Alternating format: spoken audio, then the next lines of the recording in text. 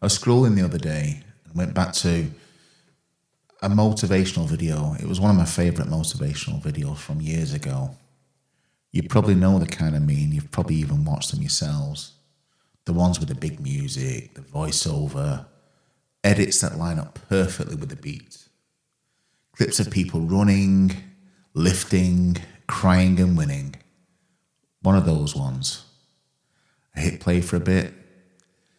And whilst watching it, I was grabbed by the comment section more than the video itself.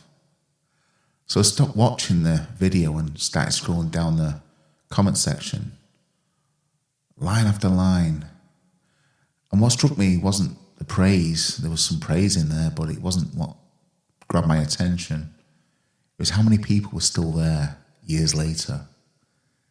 Anyone here in 2025? I'll be back in a year. 10 years later, still here. People naming their dreams, naming their pain, naming exhaustion and hope. And then returning years after that first comment just to say, still here. No follow-up story. No here's what's changed. Nothing about the job they got or the things they built with the life they left. Just this strange public pulse check. I was here once. I'm back. Still here. And there's a very obvious story you can tell about that. The dominant one. The one the video itself kind of built to support. Motivation just keeps people going. Encouragement is better than the despair they're suffering right now. This kind of content saves people in their darkest moments. At least they haven't given up. Because hope matters, even if nothing else changes yet. You do not have to stretch to get those lines. They come back preloaded with the music. And if you stay with this story for a while, it's actually quite comforting. Here's a place people can come back to when things are hard. Here's a clip that catches people just before they fall down. Here's proof that they're not alone, because the comments are full of people saying the same things, experiencing the things that I'm experiencing right now. And on some level, that feels real. You can feel the relief in those comments. And this kind of video, it kind of does a lot of the work without ever asking anyone to make a decision. It doesn't say quit your job, end that relationship, or start that thing tonight. It kind of just says, feel this, stay with me a little longer, take a breath. And that's one of the reasons why it's so satisfying. And if you look at it just as a way of managing feelings, for regulation, it's kind of elegant. It regulates emotion without demanding decisions. You can be overwhelmed and just hit play. You can be numb and hit play. You can be exhausted and hit play. You're not forced to write a plan. You don't have to message anyone. You don't have to risk any embarrassment. You just sit there and let the music do something to your nervous system. It offers a kind of a belonging, I guess, without no follow through. You drop a comment, anyone here in 2025, and immediately there are replies, little ticks, little hearts, other people saying, still here, bro, same, we got this. You haven't done anything different in your life yet, but inside that comment section, you know, a part of something. It turns survival into something that counts. You might not have moved house. You may have not left that job. You may have not started that project that you said you'd start in 2017, but you're still here. You survived another year, another breakup, another bad boss, another relapse. And because of that video, Still Here feels like an achievement you can name out loud. It allows hope without specifying anything. You don't have to say what you're going to do. You don't have to commit to any timeline. You don't have to face that awkward gap between the dream and what your actual day looks like. You can just say, one day I'll make it.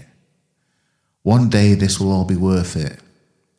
One day I'll come back and say I did it. And nobody in that comment section is going to ask, but what does that mean for next week? It gives people a place to return to. Not just an idea, but an actual link. The same URL. The same thumbnail. The same opening line you heard 20 times, maybe more. I've probably listened to some opening lines 50 times. You could be gone for 5 years and still know exactly where to find it. Scroll down and find your old comment, hit reply and type, still here. There's a lot of comfort in that, a lot of relief, a lot of containment. I want to stay with this story a little bit before anything starts to itch. Because for a lot of people, that is what keeps them alive during their difficult times.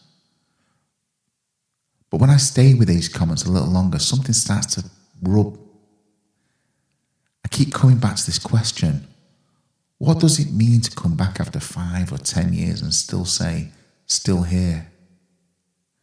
What's inside that still?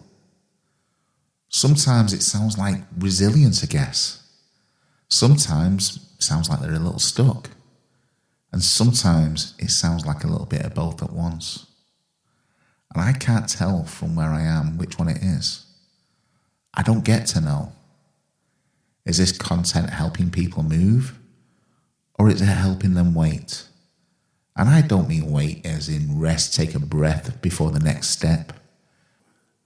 And I mean that kind of waiting where you're sure something will change eventually because you feel so much when you watch that video.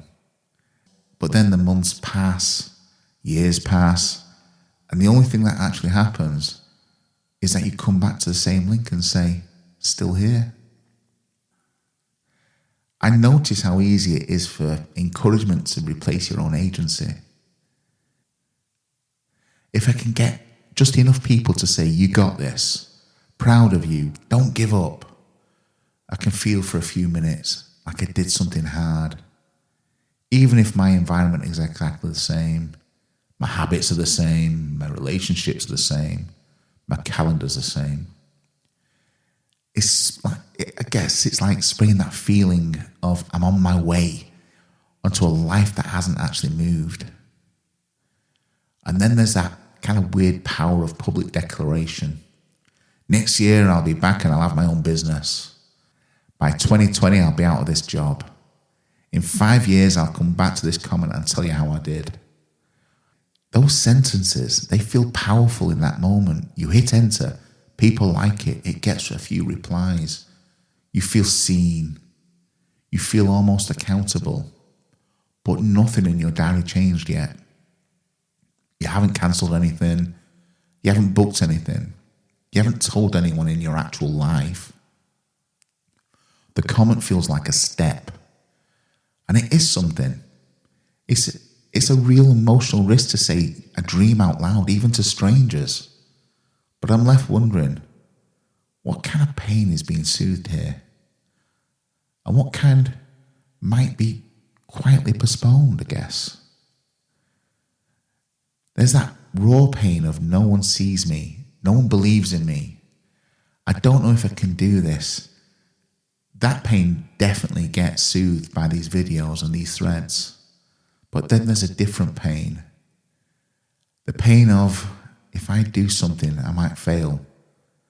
The pain of, if I leave, I can't come back to this version of my life. The pain of, if I change, some people might not recognize me anymore. They may not even like me. That pain doesn't get resolved by this clip. It just gets delayed. And it's not my job, or this episode's job, to decide whether that delay is good, bad, wise or foolish, necessary or avoidable. I just notice that it's there. That some pain is being tended to, and some is being kept, I guess, in a kind of holding pattern. There are also a group we cannot see. The people who outgrow this and don't come back to comment. They watch it once when they were 19. It meant the world. They left a paragraph probably about how this was their year, everything would change. And then maybe something did change, or maybe it didn't. But they slowly drifted away from this kind of content. Maybe they never felt like this.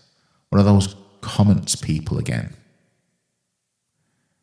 Maybe they were embarrassed by past versions of themselves, so they just never scroll back to check. They don't come back 10 years later to say I made it. They don't come back to say, actually I didn't. Their story falls out the thread completely. All we see are the people still returning, still refreshing, still reporting in, still here. And I'm not going to turn this into a ranking of who's better. I'm not going to say the ones who left are more mature, or the ones who stayed are more loyal, or the ones who never commented are somehow wiser, I guess. Because I don't know. The one thing I can feel clearly in this space is the difference between movement and shelter. The video is shelter. The comment section is shelter. The sentence still here is shelter. And shelter, it really matters. If you've ever gone through anything dark, you know there are days where a video like this can be the thin line between you and something worse. But movement is something else. Movement usually costs something real. It's a conversation, a form, a boundary, a bus ticket, a resignation email, a first rep, a goodbye. And from the outside looking at those comments, I can't tell which one is happening. I just see the same clip, the same thread, the same declarations, the same returns. Am I watching people move quietly off screen?